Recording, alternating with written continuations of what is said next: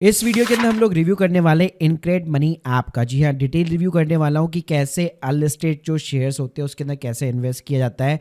मेरा इसके अंदर पर्सनल एक्सपीरियंस है, मैंने बॉन्ड्स के अंदर भी यहाँ पे इन्वेस्ट किया हुआ था और अनलिस्टेड जो शेयर्स है उसके साथ में भी मेरा एक्सपीरियंस है।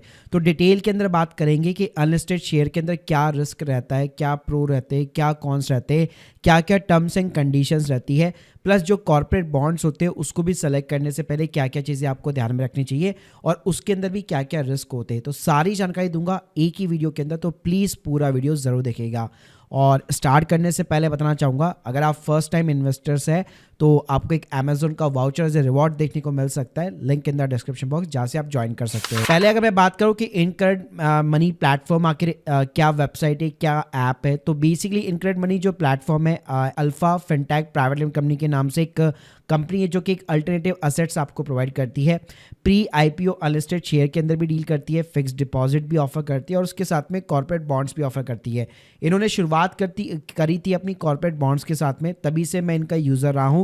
उसके बाद में इन्होंने 2 प्लेटफॉर्म बना दिए, एक बिट इजी करके बना दिया और एक यहाँ पे प्री आईपीओ के लिए इनक्रेड मनी बना दिया। अब कई लोगों का सवाल रहता है कि क्या इनक्रेड मनी जो है सेबी रजिस्टर्ड प्लेटफॉर्म है? तो देखो, प्री आईपीओ अनलिस्टेड शेयर के लिए कोई स्पेसिफिक जो है सेबी का लाइसेंस नहीं लेना पड़ता, लेकिन कॉर्पोरेट बॉन्ड्स के लिए यहाँ पे जरूर लेना पड़ता है। तो इनका जो बेसिकली कंपनी है, मेन जो इनकी कंपनी है वो डेफिनेटली सेबी रजिस्टर्ड मेंबर है, बीएसई एनएसई दोनों की मेंबर्स है और इनको एक बॉन्ड प्लेटफॉर्म का यहाँ पे लाइसेंस मिला हुआ है। लेकिन प्री आईपीओ अनलिस्टेड शेयर के लिए ना तो कोई ये सेबी रजिस्टर्ड रिसर्च एनालिस्ट है या ना ही कोई एडवाइजर फर्म है। अब बात करते हैं कि अनलिस्टेड शेयर्स क्या होते हैं। तो अनलिस्टेड शेयर सिंपली जो एनएसई बीएसई के ऊपर ट्रेड नहीं हो रहे, टिपिकली ये स्टार्टअप्स कंपनी के शेयर होते हैं या प्री आईपीओ कंपनी, जैसे अभी एनएसई का शेयर आने वाला है, बॉट हो गया, ओयो हो गया, प्राइवेट कंपनीज के अंदर एचडीएफसी सिक्योरिटी वगैरह हो गया।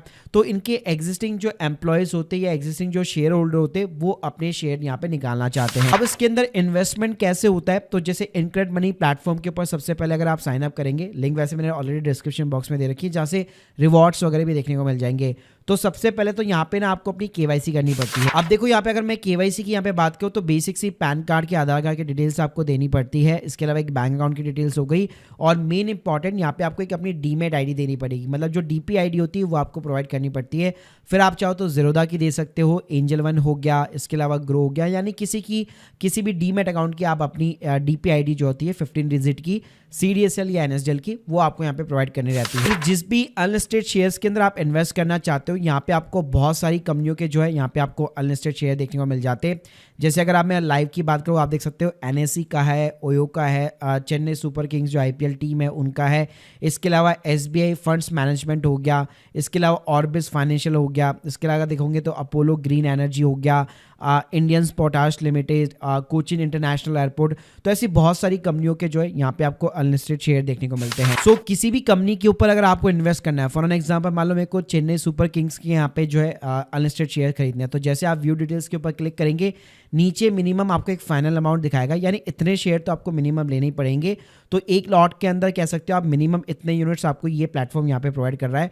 तो पर्टिकुलर यहाँ पे आपको प्राइस देखने को मिल जाता है और एज ए डिस्काउंटेड आपको कितना प्राइस पड़ सकता है वो भी यहाँ पे आपको देखने को मिल जाता है।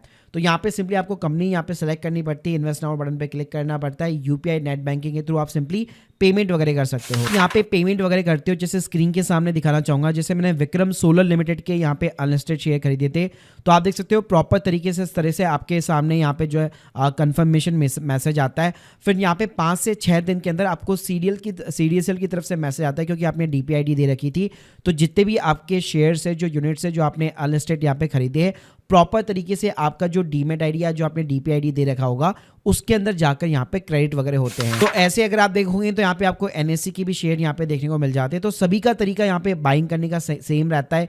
यहाँ पे आपको डिस्काउंटेड वैल्यू देखने को मिल जाती है, आप पेमेंट कीजिए, उसके बाद में आप जो भी अपना सीडीएसएल या फिर एनएसडीएल का जो भी आप अपना डीपीआईडी वगैरह देंगे उसके अंदर जाकर आपके शेयर क्रेडिट होते हैं। सवाल आता है जैसे आपके डीपीआईडी के अंदर शेयर वगैरह क्रेडिट हो जाते हैं, तो उसके बाद अगर उनको मैं बेचना चाहता हूँ तो कब बेच पाऊंगा? तो आप बेच तभी पाएंगे जब वो कंपनी यहाँ पे प्रॉपर तरीके से एनएसई या बीएसई के ऊपर लिस्टेड हो जाती है। अब देखो यहाँ पे मैं आपको प्रो और कॉन्स भी बता देता हूँ इन अनलिस्टेड शेयर के अंदर इन्वेस्ट करने से पहले, क्योंकि this is the highly risky category. Pro तो ये है कि भाई हाई ग्रोथ पोटेंशियल है, मल्टी बैगर रिटर्न्स आपको देखने को मिल सकते हैं, प्री आईपीओ जो है आपको एक अपॉर्चुनिटी देखने को मिल जाती है, और पोर्टफोलियो के अंदर भी एक डाइवर्सिफिकेशन वगैरह देखने को मिल जाता है। लेकिन इसके अंदर कॉन्स क्या है, जो अनलिस्टेड शेयर्स है, लेट सपोज आपने अगर खरीद भी लिए और कंपनी कल को मान लीजिए लिस्टेड भी हो जाती है, तो आपको 6 महीने तक ना वेट करना पड़ेगा, यानी 6 महीने का आपके ऊपर एक लॉकिंग पीरियड लग जाता है। लिस्टिंग के बाद में भी आप 6 महीने तक अपने शेयर को पूरी तरीके से नहीं निकाल सकते, 6 महीने तक आपको वेट करना पड़ेगा, उसके बाद में आप ओपन मार्केट के अंदर सेल कर पाओगे। इसके अलावा इसके अंदर मान लीजिए लो लिक्विडिटी रहती है, अगर आप पहले ही बेचना चाहते हैं तो नॉर्मली देखिए जब तक वो यहाँ पे जो है लिस्टेड नहीं हो जाती कंपनी, एक तो आप तब तक बेच नहीं पाओगे। इसके अलावा अगर आप ऑफलाइन सेकेंडरी जो मार्केट होता है उसके अंदर भी बेचना चाहते हैं तो काफ़ी ज़्यादा कम लिक्विडिटी होती है। अगर कोई एक्टिवली शेयर है, जैसे अभी एनएससी का यहाँ पे है ऑब्वियसली बात है, तो डेफिनेटली आप इन्हीं प्लेटफॉर्म को वापस यहाँ पे बेच सकते हो। और यही एक एडवांटेज ना आपको इनक्रेड मनी प्लेटफॉर्म के साथ में भी मिल जाता है कि जैसे यहाँ पे वैसे लिक्विडिटी नहीं होती, लेकिन इन्हीं प्लेटफॉर्म को आप वापस अप्रोच कर सकते हो कभी भी अगर आप यहाँ पे बेचना चाहते हो। और ये चीज़ें इनकी वेबसाइट के ऊपर भी पर्टिकुलर यहाँ पे मेंशन है। और इसके अलावा यहाँ पे हाई रिस्क रहता है कि भाई अगर मान लीजिए कंपनी लिस्टेड ही नहीं हुई और प्राइस यहाँ पे अगर गिर गया तो इस तरह से काफी ज्यादा इसके अंदर हाईली थोड़ा सा रिस्क भी रहता है। अब इनक्रेड मनी का एक और सेकंड प्लेटफॉर्म है बिड इजी करके, जो कि कॉर्पोरेट बॉन्ड्स बेसिकली आपको ऑफर करता है। जी हाँ, और ये प्रॉपर तरीके से सेबी रजिस्टर्ड प्लेटफॉर्म है। वैसे अगर आपको नहीं पता तो कॉर्पोरेट बॉन्ड्स भी 2 टाइप के होते हैं, एक एनसीडी बॉन्ड्स वगैरह होते हैं जो आईपीओ के थ्रू इशू होते हैं, तो इसके ऊपर ना मैंने ऑलरेडी डिटेल वीडियो बना रखा है। तो बिड इजी जो प्लेटफॉर्म है ना वो आपको अल्टीमेटली जो है सेकेंडरी बॉन्ड्स ऑफर करता है। और सिर्फ बिड इजी नहीं है, ग्रिप इन्वेस्ट हो गया, गोल्डन पाई हो गया, विंट वेल्थ हो गया, ऐसे कई सारे प्लेटफॉर्म है मार्केट के अंदर। तो देखो इन प्लेटफॉर्म के ऊपर अगर आपको यहाँ पे बॉन्ड्स वगैरह के अंदर इन्वेस्ट करना है ना, तो आपको 2 से 3 चीजें यहाँ पे देखनी पड़ेगी। कोई भी कंपनी अगर आप इन्वेस्ट कर रहे हो तो उसकी क्रेडिट रेटिंग होती है, जो कि नॉर्मली क्रिजल हो गया, आईसीआर हो गया, केयर हो गया, इंडिया रेटिंग्स, ये कुछ एजेंसी है जो प्रोवाइड करती है। तो AAA की जो रेटिंग होती है वो सबसे सेफेस्ट रहती है, फिर AA की सबसे सेफेस्ट रहती है।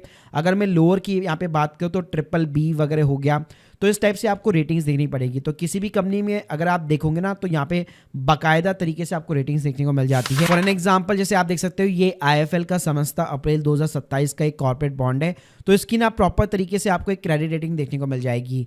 इसके अलावा जो इशूअर प्रोफाइल है उसके फाइनेंशियल वगैरह आपको चेक करने हैं, डेट लेवल्स वगैरह हो गया। तो जो नोन कंपनीज है, अच्छी खासी ब्रांडेड कंपनीज है, उनके जनरली जो बॉन्ड्स होते हैं वो यहाँ पे सेफर रहते हैं।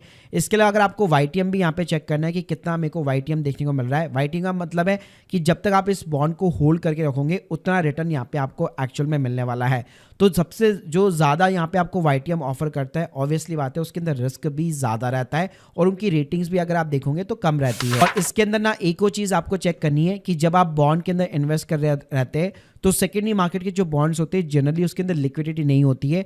तो ये बॉन्ड्स ना आपके डीमेट अकाउंट के अंदर तो जरूर क्रेडिट होते हैं, लेकिन ओपन मार्केट के अंदर आप शेयर की तरह इसको जल्दी से बेच नहीं पाओगे। इसलिए ये मेक श्योर कर लीजिए कि आप जो बॉन्ड्स यहाँ पे बाय कर रहे हो उसको एटलीस्ट जो है आपको मैच्योरिटी तक यहाँ पे होल्ड करना पड़ेगा।